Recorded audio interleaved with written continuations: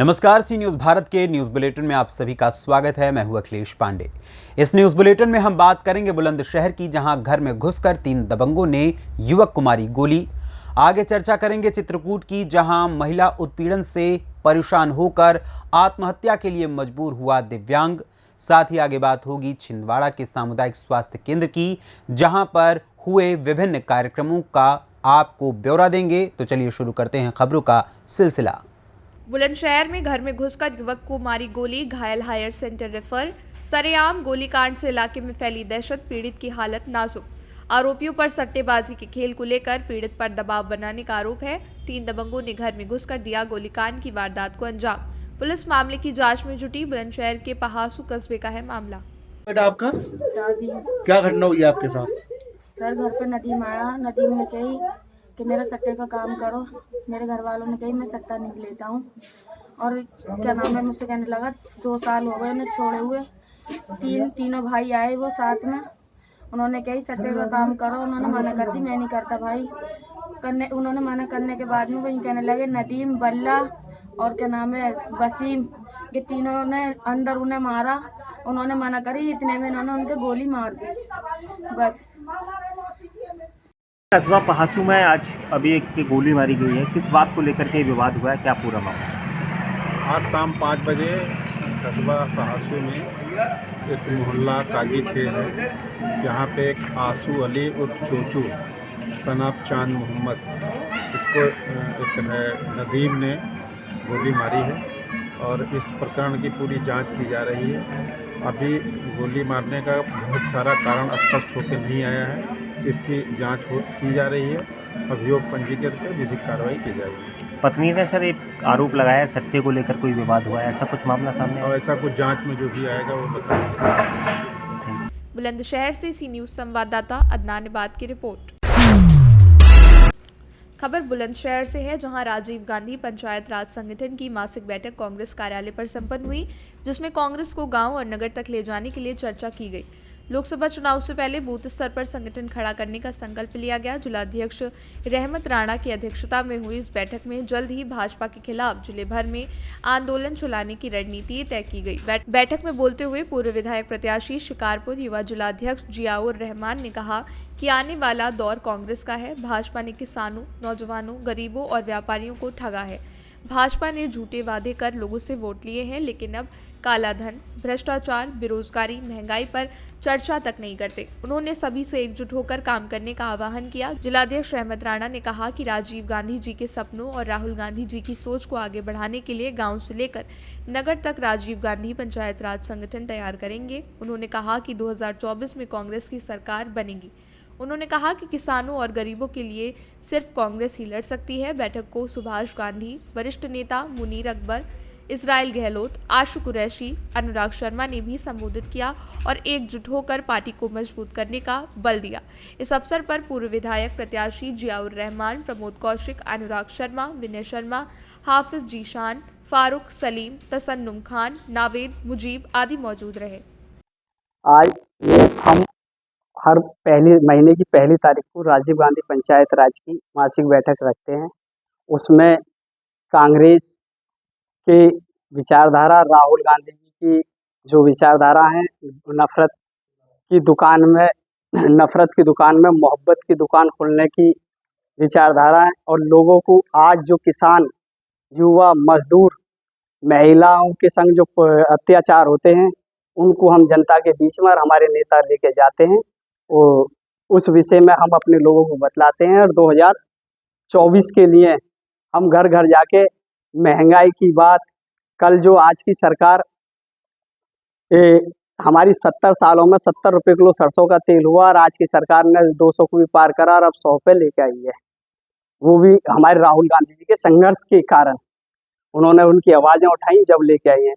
बिजली के आज सब में ज़्यादा जो समस्या गांव ग्रामीण क्षेत्र के लिए, कि हम पंचायती राज से हैं तो इसलिए हम उस पर ज़्यादातर अपनी आवाज़ उठा रहे हैं। हम जाते हैं तो जो 8 रुपये 9 रुपये यूनिट हो रहा है, लोग उसके कारण घरों की तारें कट रहे हैं, बिजली की बड़ी परेशानी आ रही है। कुछ लोगों ने तो इस कारण, बिजली के कारण, अपने मकान बेचने की भी प्लानिंग बना दी है। कल 2 रुपये का 3 रुपये की यूनिट होती थी कांग्रेस की सरकार में, और बड़ा खुल के गरीब अपने उसको बिल्कुल भरता था। आज 3 रुपये का यूनिट है, 9 रुपये का यूनिट है, उसको बड़ी कहीं ना कहीं परेशानियों के सामने गुजरना पड़ता है।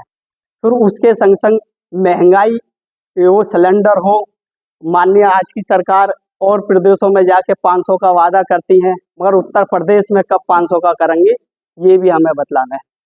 और कांग्रेस पार्टी हमेशा 4 राज्यों में हमारी सरकार है, 4 राज्यों में हमारी सरकार है, चारों के चारों राज्यों में और 500 रुपये का समथिंग सिलेंडर हमारा कांग्रेस पार्टी ने दिया है। महिलाओं के लिए अधिकार दिया है, महिलाओं का अधिकार, बिजली किराया फ्री करा उनका। बुलंदशहर से सी न्यूज़ संवाददाता अदनान इबाद की रिपोर्ट। चित्रकूट में असहाय विकलांग की अचल संपत्ति हथियाने के चक्कर में कथित महिला ने अपने हालातों से अवगत कराते हुए किसी तरह दिव्यांग के घर में रहने का इंतजाम कर लिया, फिर दुकान खोल ली। खान पान की आड़ में गांजा, अफीम, अवैध शराब का व्यापार करने लगी। पीड़ित दिव्यांग ने जब घर खाली करने को कहा तो महिला ने उसे प्रेम जाल में फंसा लिया। कुछ दिनों बाद महिला ने अपनी फरेबी के चलते दिव्यांग को थाने की ड्योढ़ी तक पहुंचा दिया। थाना कचहरी के चक्कर में फंसकर दिव्यांग ने लाखों रुपए भुगतान कर दिया और अब महिला फिर से दुष्कर्म सहित अन्य संगीन धाराओं में जेल भेजने की धमकी देते हुए रुपयों की मांग कर रही है। पीड़ित दिव्यांग ने तहसील दिवस पर महिला के विरुद्ध शिकायती पत्र देकर जानमाल की सुरक्षा की मांग की है। के साथ क्या घटना हुई है? मेरा नाम लल्लू पाल है, मैं पथरौली का रहने वाला हूँ। और ये पारो नाम से औरत आई थी किराए में बच्चे पढ़ाने के उद्देश्य से कि मेरे बच्चे पढ़ाना है और मुझे किराए कमरा दे दो 2-3 महीने के लिए। उसके बाद ये 2-3 महीने रही, उसके बाद ये कमरा बोली कि मेरा रोज़गार नहीं चल रहा, मेरे बच्चे कैसे पढ़ाऊँगी, मुझे दुकान दे दो होटल खोलने के लिए। मैंने इसको होटल खोलने के लिए दिया तो इन्होंने ढाबा खोल लिया। इनको हमने मना भी किया, ये मतलब गैर कानूनी धंधा कर रही थी, दारू नशा बेच रही थी। तो हमने सूचना भी दी है चौकी में, तो श्रीरामपुर की चौकी के लोग नहीं पकड़े पुलिस वाले, आबकारी विभाग को सूचना दी तो आबकारी विभाग वालों ने इनको रंगे हाथ पकड़ा और फिर इनको लेके गई चौकी। फिर इन्होंने उल्टा इल्ज़ाम हमारे ऊपर भी लगा दिया। तब से हमसे चिढ़ने लगी और हमको फंसाने की कोशिश किए, झूठा आरोप लगा के चौकी में दिया। चौकी वालों ने मुझे 3 दिन बंद कर दिया और हमसे 2.5 लाख रुपए की मांग की और 2.5 लाख रुपए 3 दिन में मुझे चौकी में बंद किए थे और 2.5 लाख रुपए हमसे मांगा और 2.5 लाख रुपए में फिर हमको परेशान किया गया। पुलिस वालों ने परेशान किया तो हमने 2.5 लाख रुपए देने के लिए हाँ कर दी। उनमें से हमने 1 लाख रुपए नकद दिया और 1.5 लाख का चेक दिया। 1.5 लाख का चेक दिया। अब हमारे पास पैसा नहीं है, फांसी लगाने से सिवा कुछ मेरे पास बचा नहीं है। मैं बहुत परेशान हो चुका हूँ। ठीक, क्या नाम है आपका? मेरा नाम है लल्लू पाल। चित्रकूट से सी न्यूज़ संवाददाता वीरेंद्र सिंह की रिपोर्ट। सामुदायिक स्वास्थ्य केंद्र जुन्नारदेव में विश्व एड्स दिवस जागरूकता रैली का आयोजन किया गया, जिसमें एड्स के विरुद्ध जागरूकता फैलाने का कार्य किया जा रहा है। आज सामुदायिक स्वास्थ्य केंद्र के बीएमओ डॉक्टर रविंद्रनाथ बाथम ने जानकारी देते हुए बताया कि अस्पताल पर डिजिटल एक्सरे मशीन लगाई गई है। अब रेडियोलॉजिकल वेस्टेज नहीं निकलेगा, जिसमें मानव को होने वाली हानि से बचाया जा सकेगा। और उन्होंने जानकारी देते हुए बताया कि VEE, जिसमें 6 वर्ष तक के बच्चों को पोलियो की खुराक पिलाई जानी है, जिसके सफल क्रियान्वयन हेतु 4 दिसंबर को सभी सेक्टर सुपरवाइजर और ANM का प्रशिक्षण रखा गया है। इस अभियान को सफल संचालन हेतु विकासखंड के 310 दल गठित किए गए हैं, जिनके द्वारा विकासखंड के सभी ग्रामों वार्डों में 0 से 5 वर्षों के बच्चों को दवा पिलाई जाएगी। 12 दिसंबर के बीच पिलाया जाएगा। इसके लिए हम लोगों ने 310 टीम बना ली है। उनका प्रशिक्षण 4 तारीख को रखा है और फिर मास्टर प्रशिक्षक लोग अपने 11 सेक्टर पे आशा कार्यकर्ता, आंगनबाड़ी कार्यकर्ता का प्रशिक्षण करेंगे और 0 से 5 वर्ष तक के लगभग 30,000 के आसपास बच्चों को पल्स पोलियो की दवाइयाँ पिलाई जाएगी।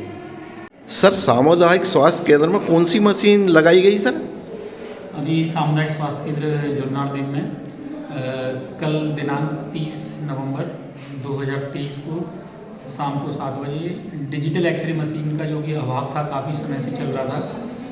मरीजों की भी और दूसरे राजनीतिक लोगों की भी शिकायतें रहती थी कि भाई एक्सरे सभी मरीजों के नहीं हो पाते हैं, दिक्कतें आती हैं। तो इस संबंध में शासन की तरफ से डिजिटल एक्सरे मशीन प्राप्त हुई और उसको कल इंजीनियर को बुलवा के उसको इंस्टॉल करवा लिया गया है और आज से डिजिटल एक्सरे मशीन की सुविधाएं समस्त जुन्नार देव वासियों को मिलने लगी है। डिजिटल एक्सरे मशीन का ये फ़ायदा हुआ कि एक तो एक्सरे उसमें क्लियर रहेगा और दूसरा उसमें डार्क रूम की ज़रूरत नहीं पड़ेगी, जो वेस्ट निकलता था, जो हानिकारक रहता था, तो उससे बच जाएंगे। दूसरा, सभी पेशेंटों को जिनको आवश्यकता है उनके एक्सरे हो पाएंगे, उनको जिले की तरफ मूव नहीं करना पड़ेगा। कुछ लोग ऑन डिमांड एक्सरे करते हैं तो उसमें भी कई बार परेशानी आती है, तो उन लोगों की भी एक्सरे करा पाएंगे। और अगर उनका नॉर्मल एक्सरे आता है तो उनकी फिल्म निकालने की ज़रूरत नहीं पड़ेगी डिजिटल एक्सरे मशीन में, तो उनको कंप्यूटर पे ही अपन देख के उनको बता सकते हैं डॉक्टर कि भाई आपका एक्सरे नॉर्मल है, कोई तकलीफ नहीं है, और उनको फिल्म देने की आवश्यकता नहीं पड़ेगी। इसके अतिरिक्त आज अपना 1 दिसंबर 2023 जो कि विश्व एड्स दिवस के रूप में मनाया जाता है, इसके संबंध में भी आज एक अवेयरनेस प्रोग्राम यहाँ पे रखा गया, जिसमें लोगों को जानकारी दी गई कि भाई एड्स के बारे में, जो कि एक संक्रामक बीमारी है, जो कि एक एसटीडी सेक्सुअली ट्रांसमिटेड डिसीज़ है, ब्लड ट्रांसफ्यूजन से भी फैलती है, नीडल प्रिक से भी फैलती है। तो इससे कैसे बचा जाए, अगर किसी को हो भी जाता है तो वो अपना सामान्य जीवन किस तरीके से व्यतीत कर सकता है, अगर दवाइयाँ रेगुलर लेता है, अपनी लाइफ स्टाइल अच्छे से रखता है, खाना पीना अच्छा रखता है, तो एक HIV संक्रमित व्यक्ति भी अपना सामान्य जीवन व्यतीत करता है। और नॉर्मली आम जनों को, जो व्यक्ति HIV संक्रमित नहीं है, उसको भी जो HIV संक्रमित व्यक्ति है उससे डरना नहीं है। उसको समाज में जैसे और व्यक्ति हैं उसी तरह उसका सम्मान करना है और उसको उससे नॉर्मल व्यवहार करना है। ये सारी चीज़ें इस एड्स डे पे सभी लोगों को बताई हैं। तीसरा बिंदु आज का है कि आज स्टेट से अपने सामुदायिक स्वास्थ्य केंद्र में कायाकल्प की टीम आई हुई है। कायाकल्प के अंतर्गत जो अपनी गवर्नमेंट फैसिलिटीज़ हैं, तो सरकार की मंशा है कि जितनी भी गवर्नमेंट फैसिलिटीज़ हैं, अपने हॉस्पिटल्स हैं, वो जैसे कि प्राइवेट सेक्टर अपने रहते हैं, प्राइवेट हॉस्पिटल्स रहते हैं, वैसी ही सुविधाएं और साफ़ सफाई इन अस्पतालों में रहे। तो उसी का असेसमेंट जिले लेवल से, स्टेट लेवल से और नेशनल लेवल से होता रहता है। तो अभी मैडम आई हुई हैं, अभी टीम के साथ असेसमेंट कर रही हैं। काफ़ी कुछ हम लोगों ने काम किया है और करते रहते हैं, और मैडम जो आई हैं वो जो भी कमियां बता के जाएंगी, तो उसमें हम सतत प्रयास करते रहेंगे कि उन कमियों को दूर करते रहें। इसके अलावा अपने मीडिया बंधु हो गए, राजनीतिक लोग हुए, जन सामान्य अपना हो गया, ये लोग भी कभी कभार कंप्लेंट करते हैं कि सर ये कमी है, तो उस पर भी हम लोग ध्यान देते हैं और उसको भी सुधारने के लिए सतत प्रयास करते रहते हैं। चौथा बिंदु अपना आने वाले समय में पल्स पोलियो का है, तो मैं बी साहब से अनुरोध करूंगा कि वो उसके बारे में थोड़ा सा जानकारी दें। जुन्नार देव से सी न्यूज़ संवाददाता वीरेंद्र अग्रवाल की रिपोर्ट। फिलहाल के लिए इस न्यूज़ बुलेटिन में बस इतना ही। देश दुनिया की तमाम खबरों के लिए देखते रहें सी न्यूज़ भारत। हर खबर आपके साथ, आपके हाथ।